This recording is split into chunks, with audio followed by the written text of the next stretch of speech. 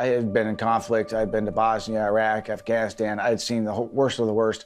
I'd seen so much death and so much nastiness in third world countries, and I didn't see God as a positive light in my life. I just never thought any type of God would allow something so horrific to happen.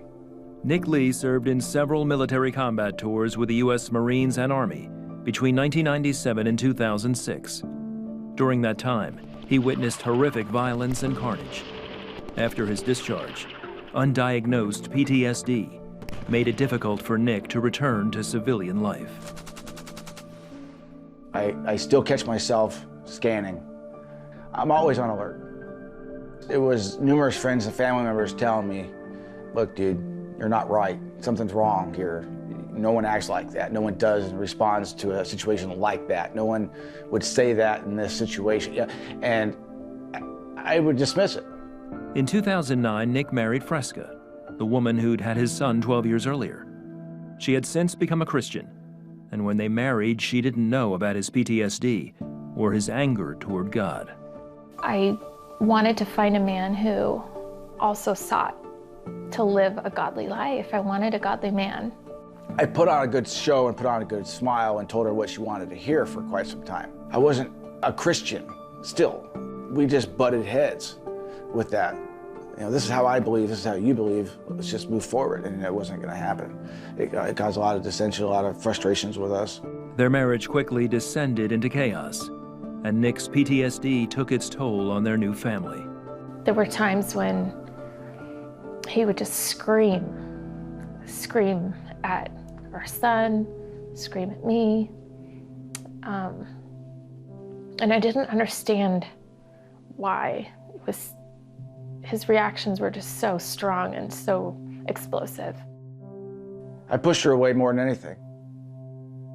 I did whatever I could to push her away.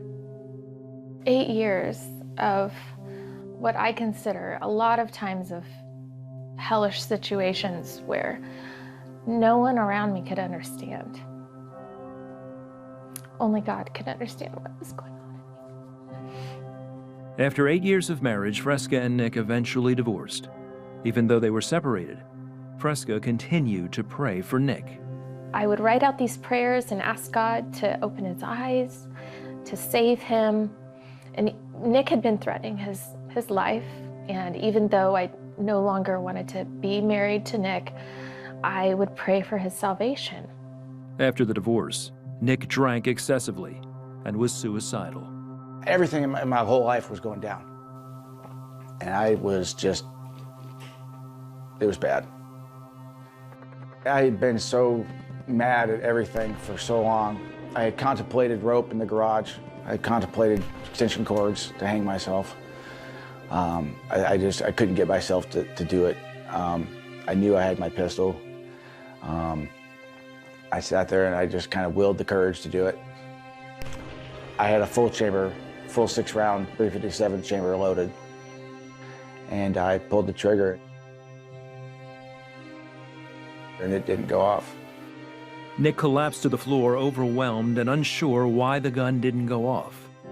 Then he heard God speak to him. And I heard him speak to me as if we're having this conversation right now. He said, you must stop this. You need to stop the way you're living. You're going to die if you continue to live this way. Follow me. I just, right there, I started telling him everything I had done, why I hated him. And I sat there and I just repented everything I had done that I could think of at that moment. I was harboring all this hate for so long, and frustration and just angry.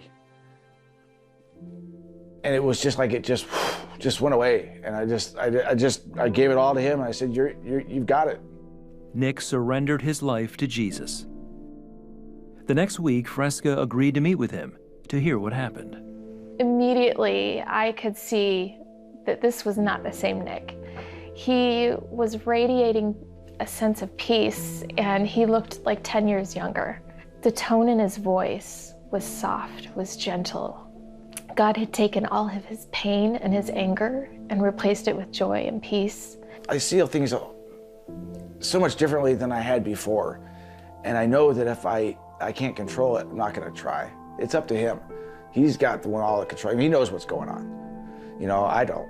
I just have to hope that, he shows me the right way. Nick and Fresca were remarried shortly after. Fresca says Nick is a different person since the night God spared his life. He would ask me to read the Bible with him, and that was just unheard of before. And it's a wonderful experience in church now. That's when I feel the closest to Nick. He's been there when I didn't really know he was for a long time. And then to look back now, I say thank you, because I'm sure you were the reason why that bullet didn't take me. And I'm sure there's a reason why I'm still here. And I'm give my life to him because he saved this one. I'm grateful to the Lord every day. I think about this every single day, and it's been 2 years now. Nick wasn't even asking for God's help. Nick was going to take his life, and he should have been dead. But God's grace came in and just changed everything.